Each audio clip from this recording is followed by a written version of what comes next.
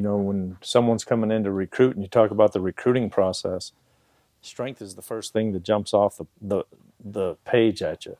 Kid walks in the room, and does he pass the eye test? Is he athletic? Is he physically strong enough? Is the frame where it needs to be able to add strength, weight? Can he handle that? And so you look at that piece of it first of all.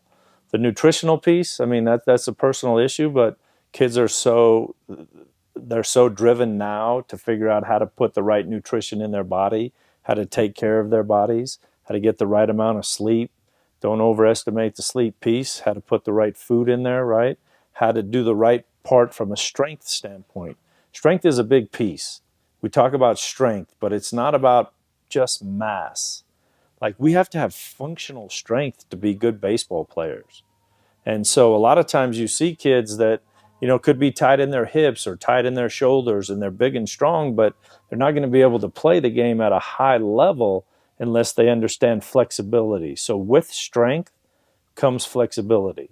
And so the more flexible you are, the more strength you're going to be able to have. And the more strength and the more flexibility you have, the more athletic you are. So when you walk in a room, if you have strength and flexibility, you're an athlete. That's what they call an athlete, right? And that nutrition, that sleep, and that water all goes into that strength and that flexibility.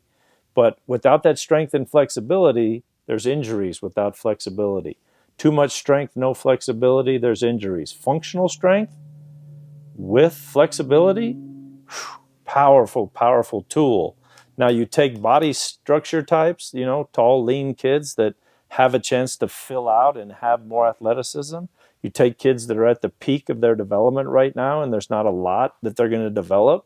Those are important factors when you're looking at the strength. But if I were to talk to my young self, talk to you, or talk to any parent, I would say the number one thing is your development of strength and flexibility before you get anywhere and try to play at any level.